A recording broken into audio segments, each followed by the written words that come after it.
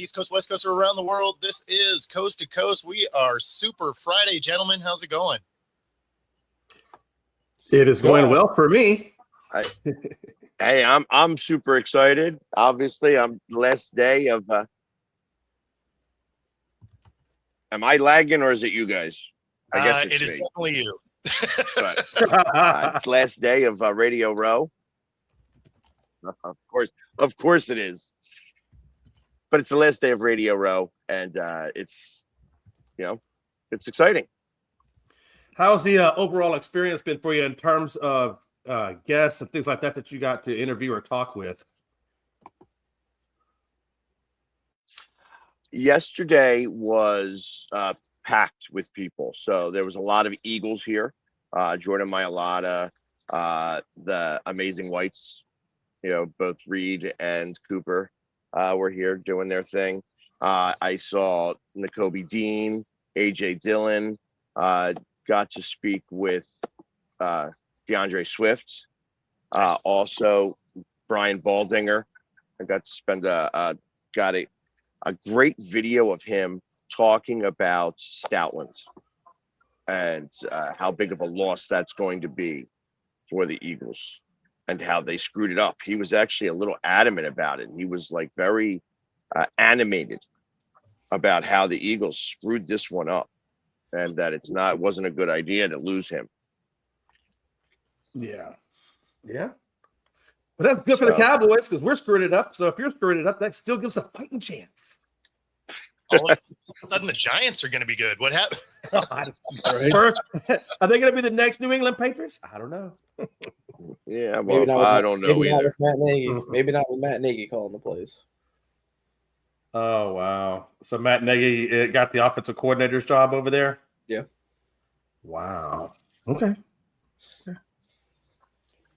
But that's it's interesting. Been, it's been a lot of fun. I've been asking questions on the fly, just kind of getting them so these players get bombarded. And when they get somebody with a microphone in front of them, they ask question after question after question. And I don't want to be that guy. So I just ask a couple of quick questions. I usually am, my go-to questions are to these players: who was their favorite athlete growing up? And then who is their most influential coach in their lives? And all the players love talking about those things because, one, it brings back their childhood a little bit. Two, it's everybody that I've asked, every athlete that I have asked has brought up their high school coach. So it's like it's a yell back to, hey, high school, this is what's this was the guy who was the most influential, got me, really put me in the right mindset to get me to the pros. Because in college, you're just a number, especially in those big programs.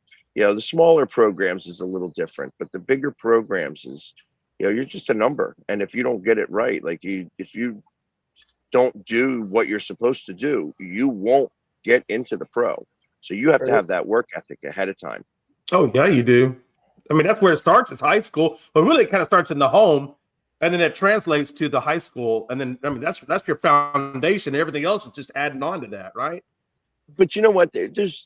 Listen, it's as much as I'd love to say that fathers, the parents are the ones that groom the child, and you have to have a certain mindset already to be able to listen to coaches the right way. So there is something to be said for that. However, coaches, like your coach in middle school and high school, is the first alternative father figure that you start to really listen to. Mm-hmm. And that's what it kind of takes, because it takes somebody who is not a relative to start pushing that mentality into your head. Because if you don't have that, you have a hard time. Unless you're very self-motivated, you're not going to do some of the things that it's going to take to get you into the pros. And you have to work really hard. These guys work so tremendously hard to get to where they are. And then they're a professional, and you think it's easy after that. It's not. Now you just get paid to do it. Right. Yeah, I mean, getting drafted is step one. Right. Then the work begins. Oh, for sure it does. I just feel like your parents, for those of, and I know not everybody's lucky enough to have two parents like I did, but I feel like if you have parents that are able to be in your life and not have to be working if you're a single parent or whatever, and that's kind of where I feel like being a coachable person starts at that level. Like if you teach your kids to be coachable, and then like you said, the middle school all the way up through high school, they always preach, hey, be coachable, because I really think that's the ones that make the greatest athletes is the ones that can be coachable.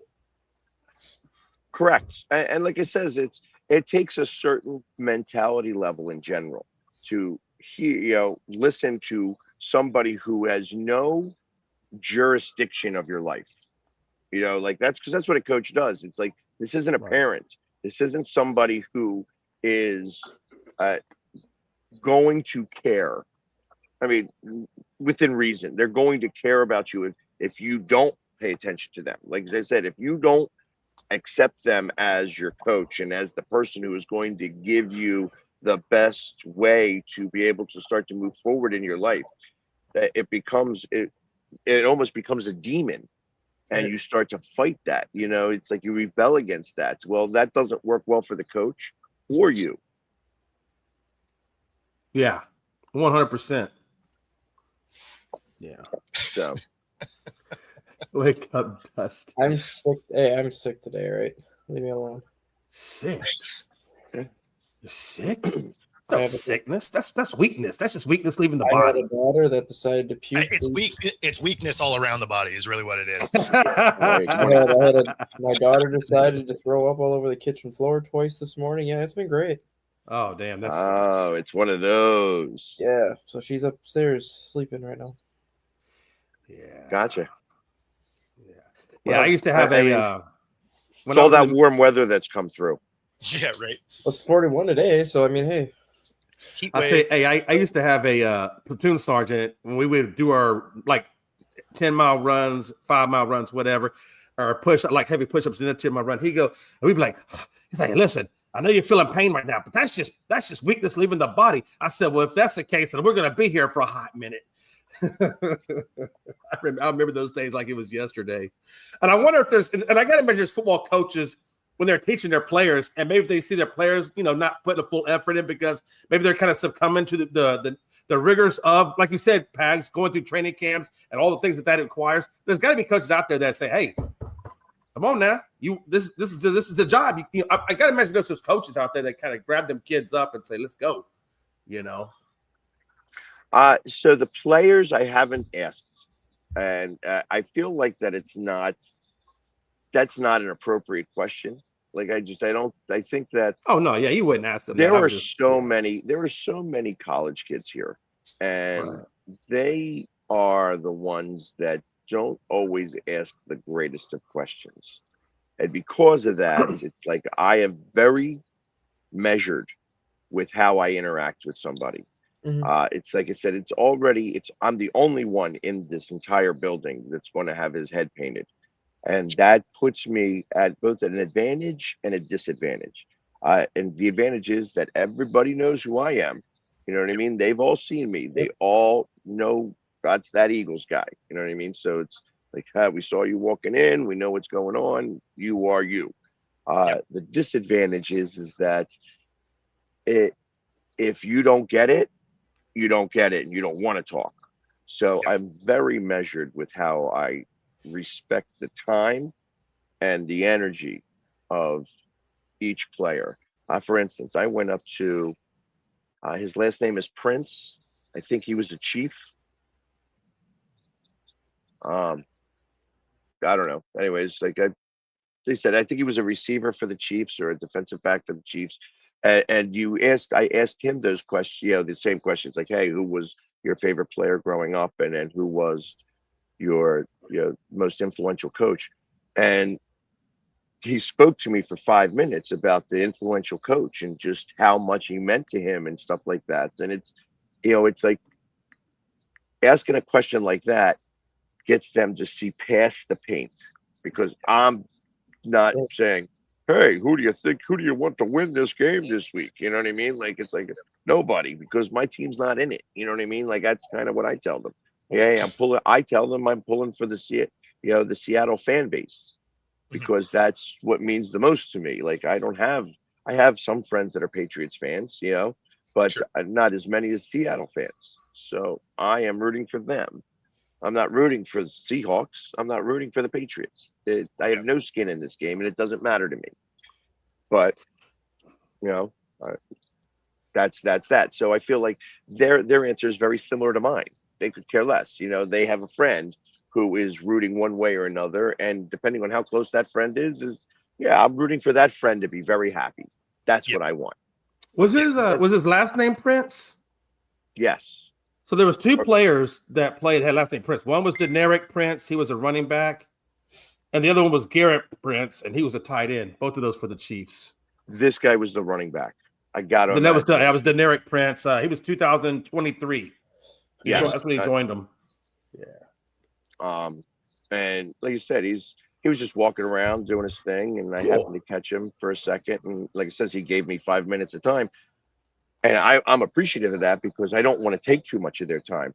But if they want to continue to talk, I'm going to continue to listen, and have their microphone on, because that's what this is about. You know what I mean? This is about trying to get a little bit deeper. I want a deeper dive on these guys. I don't want it to just be, hey, good season or tough season, stuff like that. Like I started that with DeAndre. I said, hey, listen, would love to have seen you here playing in this game. I would have loved to seen us here playing in this game. Right. Neither happens.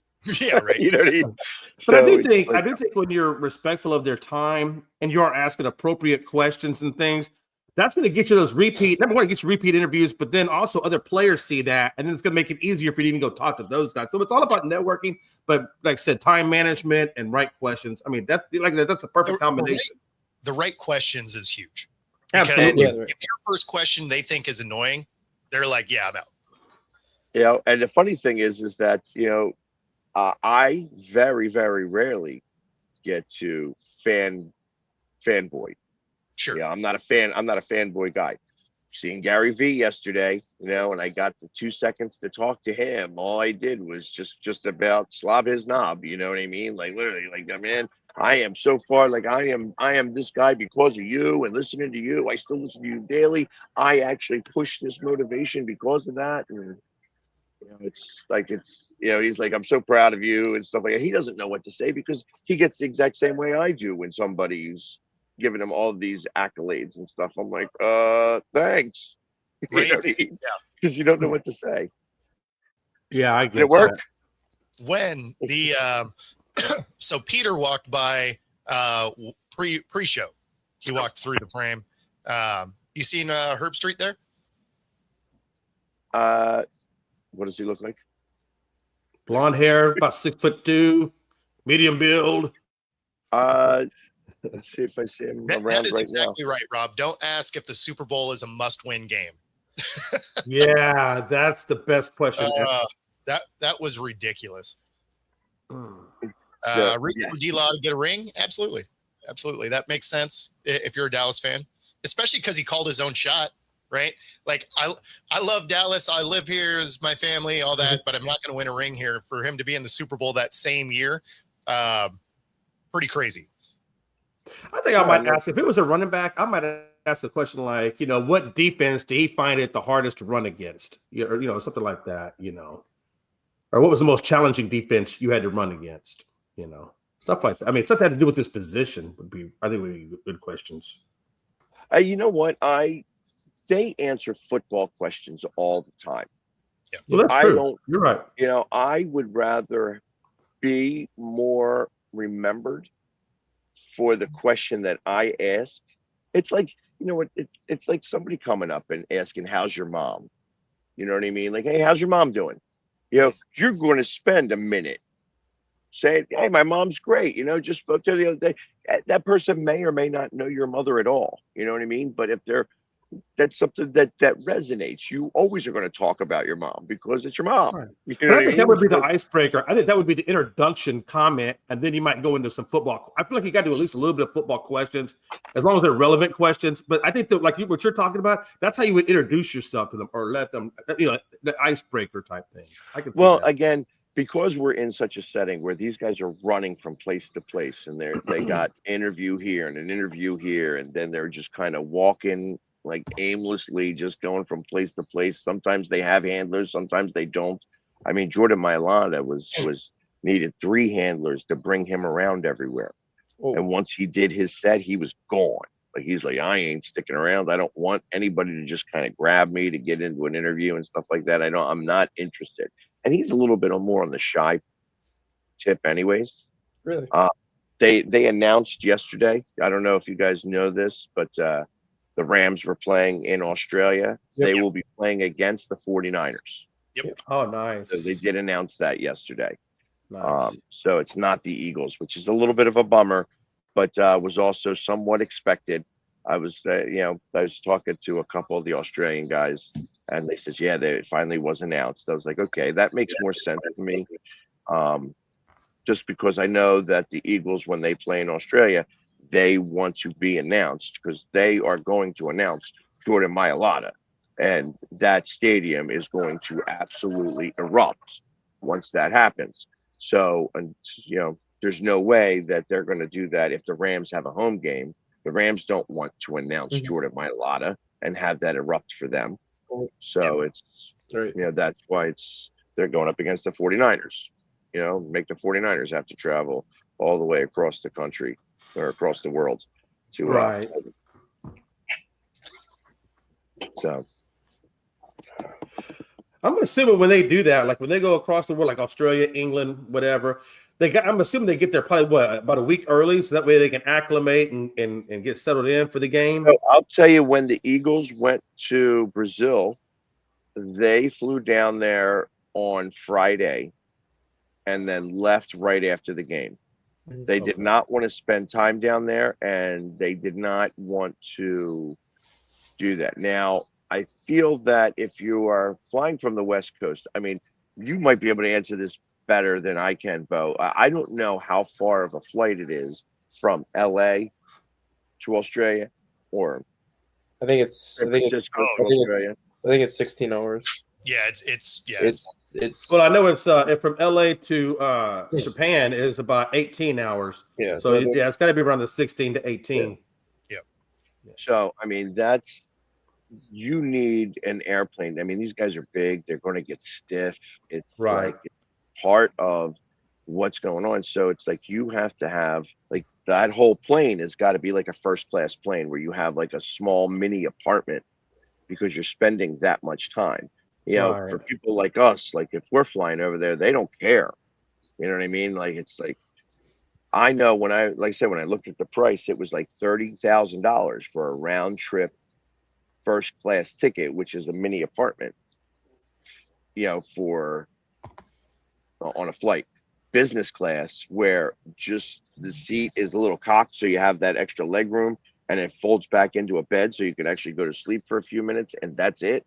Right. Is $8,000. Well, guess what? I'm spending the $8,000. I am Yeah. not sitting in a normal seat for 22 hours. Pegs, when you went to go watch the Phillies down in Rio, or Eagles down in Rio, Brazil, what city was the game in? So Sao Paulo was where the game Okay. was. We went to Rio initially to hang out for the week. Sao Paulo is not the greatest spot to be in. Like Sao Paulo is like New York, so it's not. It doesn't have the beaches. It doesn't have all that stuff. It's a whole different setup. So you go to Rio, hang out there, dive off of the cliffs, go see Christ the Redeemer, all that fun stuff, Yeah. and then you go to Sao Paulo for the game. And it's Right. and that was what we did. And, Sao Paulo's like we had when I went to go see the Eagles Brazil, because there's a huge Eagles contingent down there. It was like I was Brad Pitt walking in there. It was amazing that they all knew me and such like that. And ever since then, I am, anytime somebody from Brazil comes, sees me, they come over and they do an interview because I'm still like very well loved down there. They get it and they enjoy it, and I appreciate it. So I feel like I need to do I almost could probably send them a message once a month, and that would start to go viral, because a lot of people from Brazil remember me from when we were there because I spoke so well of them. Right. Yeah, absolutely. Yeah. But and that's the thing. It's like, I am not a player. These players are larger than life to all of, like, anybody in Australia. Like, anybody who's going to be playing in that game is going to be looked at as a walking god almost. Oh yeah. That's how they are. That's how these games are even looked at when they are in Europe. They have the Champions Cup here for soccer. Yeah. Like the actual Champions Cup is here. I actually had a little interview with La Liga, which is all Hispanic names and stuff like that, and from Spain and Portugal and such like that, which was kind of cool. The fact that these guys know who I am and use my content, use me for content, is great. And it puts me kind of on the third place pedestal. Not the first place pedestal, not even the second place pedestal, but like the third place pedestal. So, which is kind of good. I'm a sea-level sea-level guy here. You know what I mean? That's what I'm doing. Okay. Celebrity, sea-level celebrity. Nice. But yeah, that's part of the fun of doing this. And next year, obviously, the Super Bowl is in LA. I have started working already on getting my media credentials for next year. What I've been doing is a day pass for 3 days. Next year, I'm going to have the full week pass, and we're going to Monday and Tuesday. It's really kind of dead here, but there are a couple of different things. That's when you can get to, like, the Pat McAfee show. That's when you can get on some of these other shows that are going on. Mhm. It would also be a way for me to be here one day. Like, Monday, you show up in paint. But Tuesday, I don't have to wear the paint. You know what I mean? So they could actually see me as a normal human being. And then Wednesday, Thursday, Friday, go back to the paint.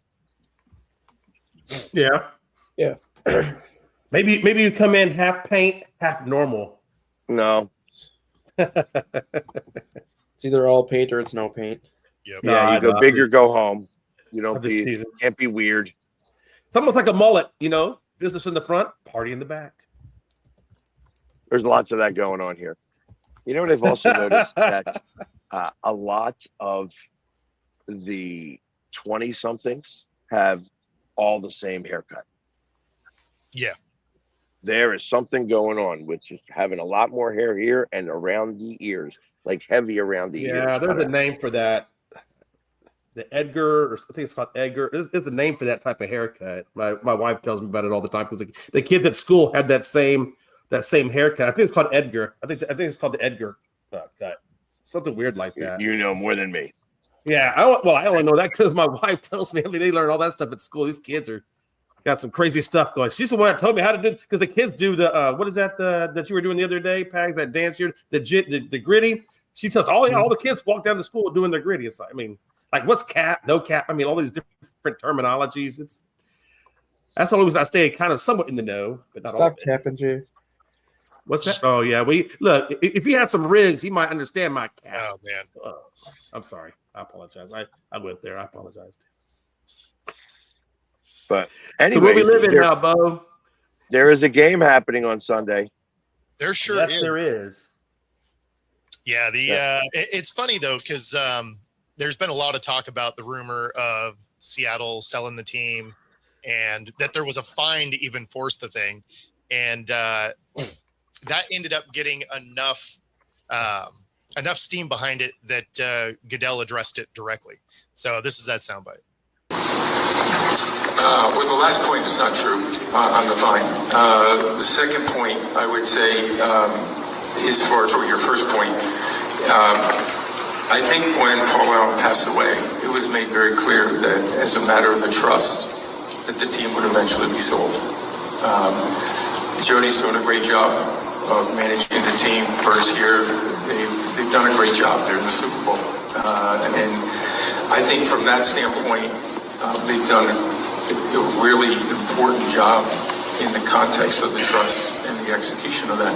But eventually the team will need to be sold in accordance with that. That'll be Jody's decision when she does that. And we will be supportive of it. So the fine I thought was silly. I'm not even sure where that originated from. But as far as the team being sold, we've been talking about this for the last couple of years, that when they got the new coach and all of that would be really kind of the timing, right? You extend your GM or you get a new GM, you get your coach of the future. That way, whoever's buying the team gets to buy something that's like ready to rock, not you have to, fill all the pieces in. And so timing wise, it would make sense because now here you are in the Super Bowl. That's about as valuable as you're going to be. Right. So the estimated sale for this thing is 7 to 8 billion. And it wouldn't shock me if they start kicking the tires on stuff now with a long-term deal for Schneider, a 5-year deal for McDonald. You're in the Super Bowl. Like if there was a time to sell this is. Oh yeah. So you're on top. Right. Yeah. Well, and I mean, and it's not like you didn't know this was coming. Like this was verbiage that was in that, after he passed away immediately. I mean, there's been speculation of when this thing would sell for years now. So, but if you were going to do it over the next couple of years would be the time. So the reason they're having to sell is because her husband said that, hey, when I die, this team will be sold? Or is that the NFL saying that they had? No. So it was Paula. It's her brother. Okay. But in his will, basically the sports teams would get sold off. He was the sports guy. The trust isn't. Jody isn't. So right now the Trailblazers are in the process of being sold. So that deal is actually getting done, and Seattle will be the next one to get sold. But all of these were known quantities as soon as he passed away. Wow. And all we need to do is come up with about $12 billion and we can buy them. Yeah. I figure if we dig around in the couch, we'll only be about 12 billion short. Exactly.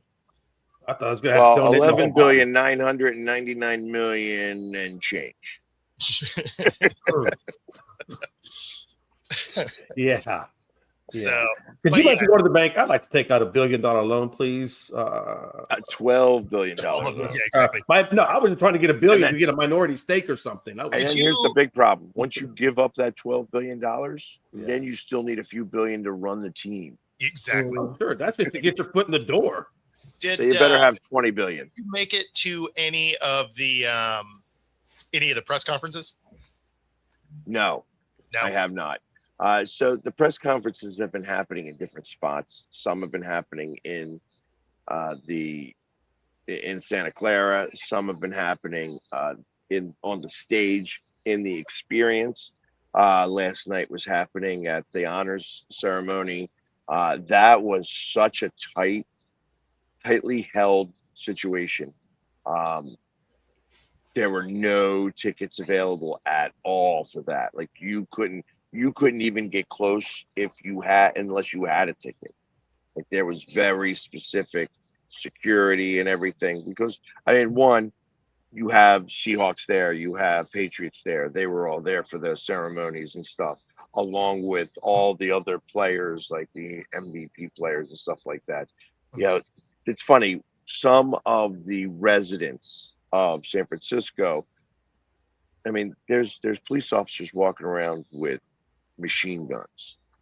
Right now, San Francisco is probably one of the safest places in the world to be because ain't nothing going to happen at all. Yeah, that's national security right there. I mean, anytime you have an event like that, especially what's going on with the climate now, they're going to have all that security out there for sure.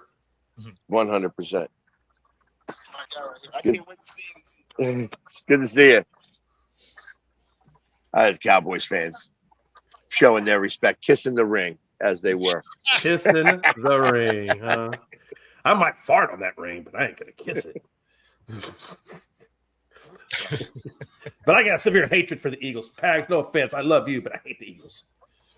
Yes. So my buddy Ed Callahan won the ultimate fan of the year. Oh, that nice catch. Nice catch. Oh, and he got the spin. Look at that. Hands of gold. Kyle Brandt right there. Nice. This is part of the fun stuff that gets to happen here. You get to see little bits and pieces of that. Absolutely. Nice. And I tell you, I mean, not for nothing, I wasn't supposed to have a table. I just commandeered this one, and they let me keep it. I mean, that's good. That means what people are already pulling out then. So, if you look on it, that this was ESPN Mexico's table. Yes, on Monday, Tuesday, Wednesday, and I guess they did pull out. So Thursday and Friday was PSG's table. Nice. Which is awesome. You know, I'm glad that they allowed me to keep it, and I let people like kind of come in if they had an interview to do. They can come in and use the table and such. Oh, like sure. I share because I care. You share that way you can keep that table. Well, that's exactly it. That's exactly it. No, but that's good. Obviously, that's professional courtesy on your end, so that's good. Well, and that's what it is. You do them a favor, and then it's also a way for them to remember me. It's like that's part of what's going on here. Oh yeah, yeah. That was the guy last year. He let us use his table. Hey, he can use this table again this year. What the hell? Yeah, and I remember him because he had the green mohawk. Right. Yes. So I know I'm probably the only one on the panel that is even focusing on baseball at this point. That So- is awesome.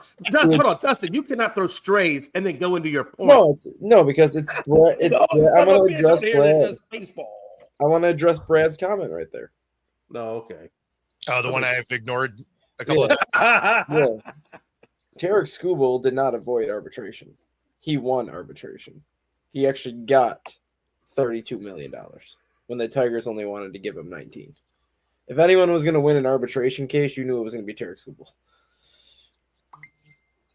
Yes, agreed. I feel like that question was asked yesterday, or that comment was there yesterday in yesterday's show. I was surprised since we're talking about weirdo stuff during Super Bowl week. I was surprised Giannis Right. was not traded. Or Yeah, Morant. that was Yeah. Or Morant. well. Moran was not a surprise. No. Giannis was a little bit of a surprise. I know that the Sixers tried to do. There's a lot of couple drama things. around Giannis right now, too. How many more years does Giannis have on that Milwaukee So contract? here's the thing. Giannis keeps saying that he wants to be in Milwaukee. He wants to retire a Buck, this, and this. The Bucks have a 4-year, $274 million contract extension that he hasn't signed yet. So if you want to be in Milwaukee, why haven't you signed that extension yet? Unless he feels like he can get more. The Bucks can offer him more than anybody else can. That's kind of that NBA thing where the team okay. can give you that max extension or whatever. No baseball really until next week.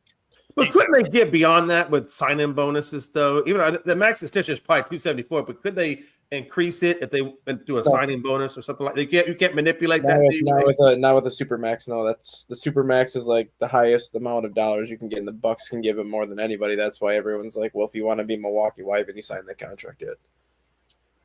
I mean, that makes Also, sense. And aren't they able to do 5? You'd be able to do 5 years, right? Yeah, they can do 5, which then you're looking at probably 5 at 350. Yeah, it's But even then, though, but way like if he says he wants to retire Milwaukee, why hasn't he signed this extension that's on the table? Then you're getting basically $68 million a year. If you sign this extension, why haven't you done it? Right. Yeah. Because Well, I guess we have to wait a little longer to find out where Giannis is going to wind up. He's going to do the same crap he's pulled the last 2 years. He's going to keep saying he wants to stay in Milwaukee to force the Bucks' hand to do something in free agency and in the offseason. If they don't do anything, then he's going to pull the "I don't want to be here" crap anymore, and he's going to force the Bucks' hand again. Yeah, how far away are you, Joe, from them? I got to imagine some of it has got to be fairly close to you. Yeah, because it's in Italy, correct? Yes, in Italy. Correct. Yeah. Okay. So, and Yeah, and so basically, there's a unanimous of "Shut up, Dustin." Damn, Dustin. You see what happens, Dustin? That's why you don't talk to Brad's comments. You just be quiet and sit there, look pretty. Right? Like, there's a reason I was ignoring it. I mean, I thought it was pretty blatantly obvious. This is like Super Bowl Friday. You know what isn't happening right now? Like, hey, anybody want to talk some cricket? Can we talk some cricket? Baseball is happening. You just need to know where to find it. Yeah, it's because we don't care to find it. I watched 6 hours of baseball yesterday. 2 hours on a plane, that's not bad. That's not bad at all, man. Shit, the awards did happen last night. And Pags, did you make it over there at all, or you were not able to get anywhere close at all? Like, if you didn't have a ticket, they had things set up so that you couldn't even walk near there. Like, it was like there was like 3 levels of barricade. So if you were part of, because I actually also applied to be at the red carpet.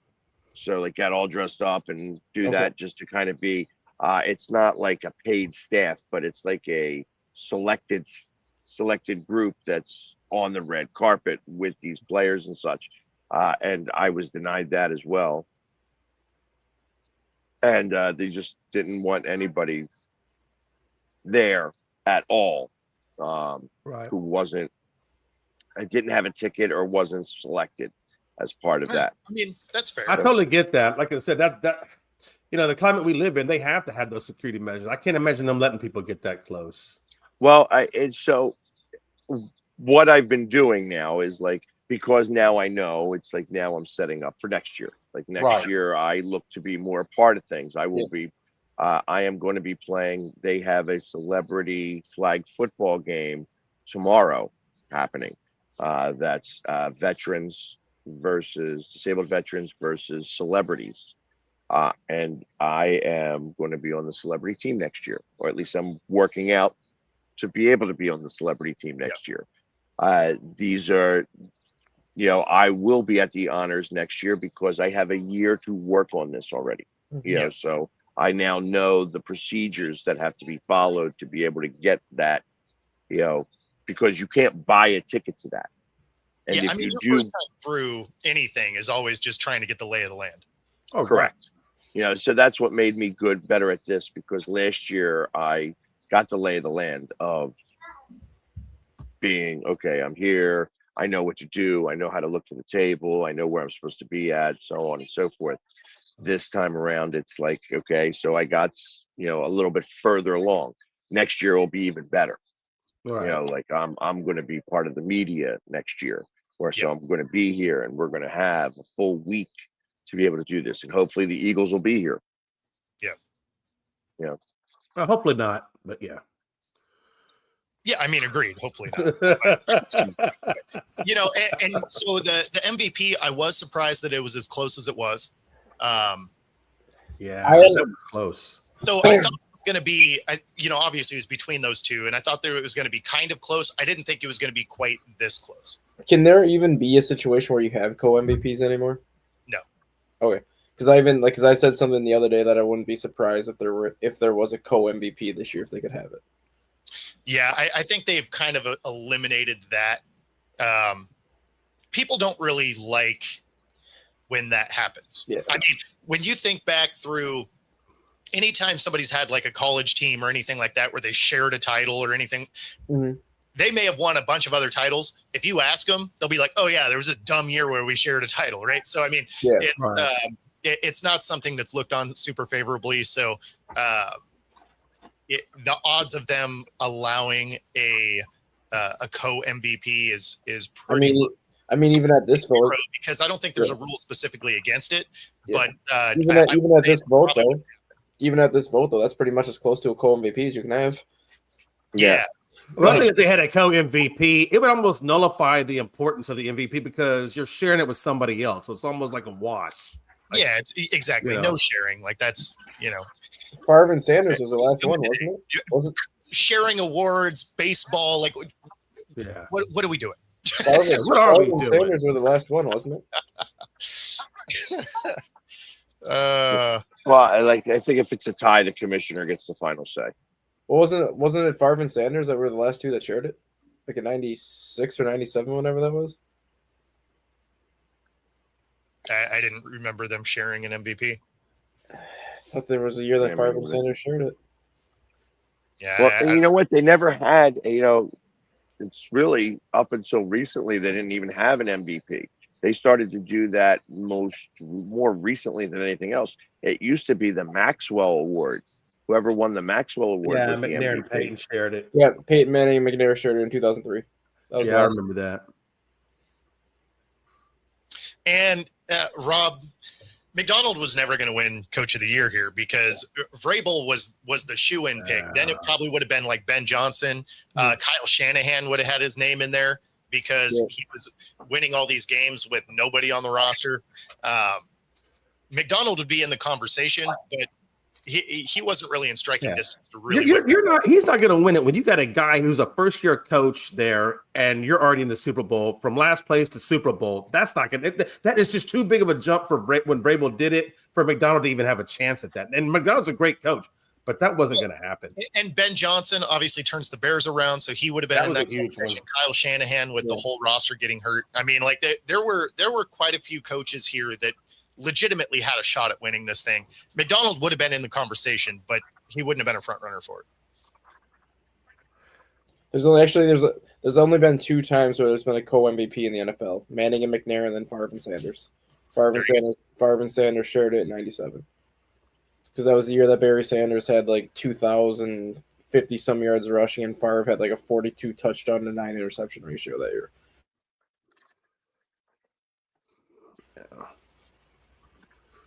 Yeah, I mean, I don't know. I wasn't mad at the pick there. You end up with JSN, Offensive Player of the Year. So, which, kind of makes sense. Led the league in receptions and yards and all that. I really kind of thought the way Jonathan Taylor started for the Colts, I thought he would get Offensive would have Player had of the Year, but he just kind of died He down. would have had it locked up if Daniel Jones didn't get hurt. Like Jonathan Taylor would have had that award locked up if Jones didn't get hurt. Right. Probably the easiest one Myles was Garrett. Myles Garrett, right? Oh yeah, you knew he was getting it. Nobody else was going to have a shot at that. Did anybody That'd be even like Belichick not getting in the Hall of Fame as a first ballot if they didn't give it to him. didn't Myles Garrett have it unanimous too? That I don't know. I thought someone said that he was like the second ever like unanimous Defensive Player of the Year. Which honestly, that should have been the case because you couldn't have made an argument really for anybody else to get it. Yeah, there wasn't anybody really close. The only Beyond one that was close would have probably been what's his name? I can't even think of what Yeah, team. this doesn't specifically say whether or not it was a unanimous vote or not. Yeah, I mean, maybe some cornerbacks or something like that, but it was, there was nobody else that was like full of He sacks. got it unanimously. Yeah. Oh, okay. He got all 50 votes. Yeah, I was gonna say if anyone didn't vote for him, that's just the case of somebody just not liking him because they just saw him sack their quarterback a gazillion times. So they're like, I'm just not gonna vote for him.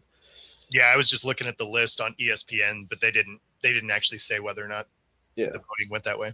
Yeah, you're right. That's only the second time that's ever happened. Was TJ Watt the first one? 2023 was the last one that was Was it unanimous. TJ Watt? It doesn't say who it was, but I would imagine it probably was TJ. I think that was the year that TJ. 2023. Yeah, I think that was the year TJ Watt had like 21 sacks or 21 and a half Bless sacks. you. That year. Yeah, when he tied Strahan. Yeah, so yeah, that would have been the other year that was unanimous then. That's pretty good company. But yeah, so now we don't have to worry about that anymore. Yeah. Were you guys surprised at the offensive rookie of the year? No, That was the guy from Carolina, right? Yeah. Yeah, McMillan? Yeah. he had a good year. I thought they were gonna give it to Egbuka. Who won Defensive Rookie of the Year? Carson Schlesinger from Cleveland. Yeah. He had like 100. Man, Hey, on the defensive side of the ball, Cleveland racked up the awards, huh? Well, I mean, the guy had 176 tackles as a rookie. Oh, I know. I'm saying. I mean, All they over the racked up. place. Yeah, no, Cleveland, I mean, their defense was solid. It's just the offense couldn't get out of their own way. right? Yeah, if that offense could match the defense, they probably would have had a really good statistical year. McCaffrey won comeback player of the year. I thought it was actually going to be Hutchison. I thought they Yeah. changed the rule where you couldn't win coming off of an injury anymore. No, you can't win by just sucking the year before, which is Okay. what we've seen recently, where it was Flacco and then it was Geno. It's like, oh, comeback player of the year because you just weren't good enough to start. It's like, well, I mean, how's that a comeback player? Right. But McCaffrey won it coming off an Achilles. So, I mean, I'm not mad at it, but I thought it would have been Hutchison. I'm trying to think of anybody even this year that got hurt that could be in the running for it next year. Yeah. Hey, Rob's asking, do you think Edmund Worry got robbed, Bo? You know I who's don't. going to win it next year? Patrick Mahomes. If he comes You think he does? depending on when he comes back. Probably. Yeah. It says that's another thing. Just, and I know that we're talking about the awards, but I saw Brock Purdy yesterday. Yeah. He looks like he's about 12 years old. Yeah, he's got a baby face. He has like no facial hair at all. Yeah, he looks like so small and young. It's just like, wow, he looks like a little kid. Like he was on Pat McAfee, and you almost expect him to be dangling his feet on the chair. Yes. Well, how tall is Brock? He's just like, hi, guys. That's hilarious. I'm just here. How tall is he anyway? He's got to be at least 6 foot, though, right? Yeah, I'm sure he's 6 foot tall, but he just looks like a little kid. Right. It's just like, and it's funny because these guys, they're slouchers when they sit down, so they're like, what I mean? Like they're all relaxed. So it's like, it's gotta sit upright. You're on TV. They're prima donnas. They can do what they want. Slouch, whatever. Look, I'm on your show. You gonna tell me how to sit? Let me sit. Boneheaded move of the year. Bonehead, yeah, that was bonehead. I was surprised. Well, didn't they get fired because of that ultimately? Right? He got fired for that, but he got fired for a lot of stuff. But it was ultimately the two quarterbacks the Vikings tried to get last year ended up in the Super Bowl. Yeah. So I did happen to try to talk to Cam Newton, who has no interest in talking to certain people. Like, just has no interest. For sure. And so I just yell out my question. I'm like, who was your favorite athlete growing up? He looks up in the sky for a second and he goes, Prime. Like, well, at least I got an answer. Right? And he walked away. Who was that again? Who was that said that, Pax? Cam Newton. Oh, Cam Newton said that? So- Interesting. Did he have the big hat on like he normally wears? He did. Yeah. He did. He does his 4th and 1 podcast here. Okay. I had Donovan McNabb on a couple of, Donovan McNabb has been walking around here a little bit. They said that AJ Dillon was around. So, I mean, there's been some Philadelphia people here, but I think everybody's gone. Like Brandon Graham was here the other day. I got to hang with him a little bit. Coop and Reed, Jean and Reed Blankenship were all over the place yesterday. And I got to talk to the running back from Notre Dame. Jeremiah Love. Yes. Nice. So, wished him luck in the draft. Right now, he is projected to go 8th. Yeah, I was going to say, he's the only running back really that has a shot at being a top 10 pick. And even that, I'll be surprised if he actually goes. But there's no one else even close. Don't a lot of the mock drafts have him going to Kansas City right now? No, not to KC. To the Saints. Saints. Yeah, to Okay. the Saints. So They're going to need him it too. makes sense for them to bring in a guy to move on from Kamara. Yeah. Yeah, I'm about to say that makes sense because honestly, and then Kamara's getting a little older too, so that's kind of like the next. If you're going to do that whole changing of the guard, yeah. Well, plus he's been hurt a lot, and Sure, absolutely. They also they like what they've seen out of Shook, so it's not like they're going to be trying to do anything to get another quarterback. They like the way he finished the season. Right. So yeah, if you go get this, if you go get a running back, I mean, I could see it. His touchdowns weren't that great. I think he had 18 rushing and I think he had 3 receiving. But he had decent yardage. And then when you think of that team, they did pass the ball a lot. So well, that's really good because then you got Olave as your wide receiver 1. Then you'll have him as your running back, and then like you said, you got Shook. I mean, that's a formulation of a good unit actually taking place. That's yeah, really good. they're really starting to kind of finally turn the corner. Yeah, like they're still not going to be great, but at least they're finally headed in the right direction. Whereas before they had a lot of older guys that were getting hurt. They were really like hogtied by their cap restraints because they'd overpaid. I was about to say that's why it's going to be a slow growth. They can't do what New England did because New England had great capital and lots of picks. That really made it easy for them. But like you said, they couldn't before, but they can now. Yeah, got a bit of a somber note to pass on. Oh damn, man, you're just full of good news today. What the hell, Dustin? Hall of Fame quarterback Sonny Jurgensen has passed away at 91. I mean, 91. Like, dude, it's like 91. That's called natural life. Somebody passed away at like 45. Still a Hall of Fame quarterback. Pegs is obviously familiar with him being in Philly. Do you remember what happened to Chris, the last guy that did all that death talk? I don't know if you were reading the room on that one, Dustin, but I'm just saying, even I picked that one up. But no, I mean, 91, man, you had a good run for sure. Like I'm 100% not going to make it that far. No, look, I'm just trying to make it to 70. I feel like if I made it to 70, I feel like I've done pretty good. I don't know. I feel like when you get past 70, then you start wearing diapers, and who wants to do that? Not me. Don't act like you're not wearing diapers right now. I'm trying to get a sponsorship right now. Shh, don't say nobody. Depends. I think I got Depends right where I want them.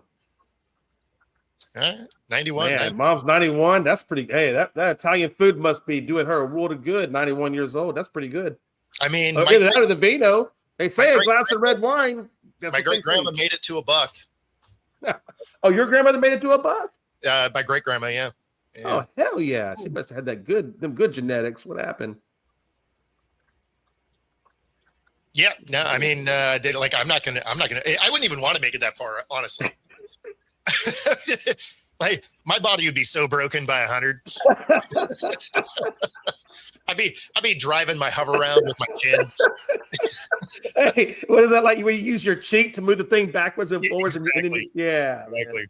Nah, I'm good. Then all of a sudden, your friends be doing the same stuff we do on our motorcycles, where you roll up next to somebody, turn the power off.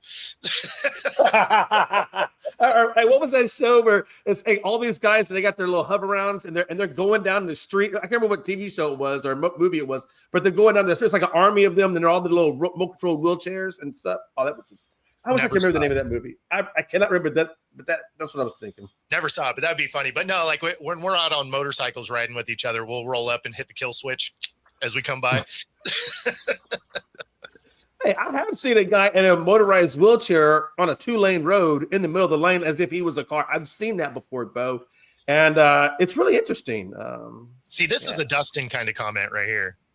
All my elders are. Oh Lord, West Coast. This is the Dustin is Eeyore of the show. He's like, not that it matters anyway.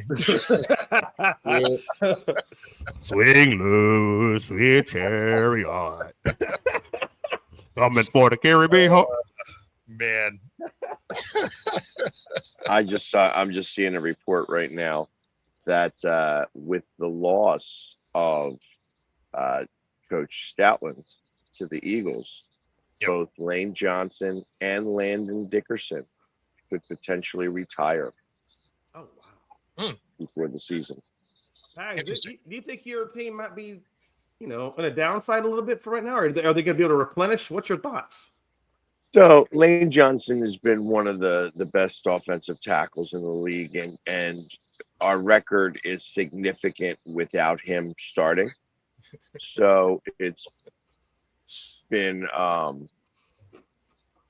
that's going to be a challenge replacing him. Landon Dickerson has been injured a lot more. He has been one of those guys that has he's been good, and he has been able to switch from he could be center, he could be a guard, he could be a tackle. So he's got that versatility, but he's also been playing hurt a lot, and he's been injured more. And I think that just takes a toll on your body. Yeah. And I feel that it wouldn't be a big surprise if he was to retire, but I also believe that he could be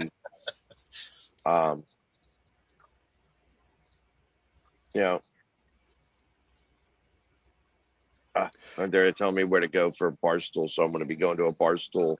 Let me ask you one question real quick, Pax. I know you got to get out of here, but let me ask you one question. With the turnover that's going on right now in Philly, not that it's complete turnover, but with the pieces that are being moved, coaches, all these things, how do you think it's going to affect the ability for the tush push, since that's kind of been your staple for goal line situations or short yardage situations? It comes down This to year, the tush Exactly. push actually has not done very well this year for us. It's done better Well, for other teams that's than what I'm us. curious. Right. So Yes, he actually ran it really well with Barner. yeah, I want to say that it's not as big a deal for us anymore till we start to get the people back in place that can run it. You have to be able to. He said all these games are won in the trenches. Somebody asked me yesterday that they're like, hey, you are now the new defensive coordinator for the Patriots, and you're going into this game on Sunday. What are you telling the guys? And I'm like, you got to win it in the trenches. That's where you win this game. This game is going to be won in the trenches. You got to pressure, Darnold. And, if you get pressure into him and you are able to get him moving, he's able to make mistakes. But that's what I would tell them. I said, that's where you're going to do the most damage is on the line. That's where you're going to win that first yard or two from the ball, which, like I says, it was the weird question for somebody to ask me, say that I'm an Eagles fan, but it was like, that's just truth as far as I'm concerned. So, and that plays here too. It's like, the Eagles are going to need to get more line help. Mm-hmm. And when you ask me exactly what we want to do on the draft, well, I want to make sure that we have offensive linemen. And I tell you, most of the offensive linemen don't start in their rookie year. At least that was what Stoutland used to do. Now, like I said, we're going to have a different coach that runs that. And who knows what's going to happen. So to finish on a funny note, Gray Zabel was asked what he thinks of Kubiak getting the head coaching interviews. Offensive coordinator has gotten quite a few looks for head coaching opportunities. If Clint does get hired, what kind of coach would that team be getting? Yeah, Clint's just the worst coach ever. Don't hire him. No, it's cool to see that he's going to have opportunities, and he deserves every bit of success, every opportunity, every job that he gets down the line. So can't speak highly enough about Clint. I just like that he's like, yeah, he's the worst. That's when you don't take him away. That's when you don't want him to leave your organization. So it's just like, he sucks. Yeah, Why would you want to hire him? You're going to regret that decision. That being said, that does get us to the top of the hour. We appreciate everybody hanging out with us this week. And of course, there's kind of an important game this weekend. So be sure to like and subscribe right here. Otherwise, everybody enjoy the Super Bowl. We'll see y'all on Monday. Take it easy, everybody. Sweet low speed.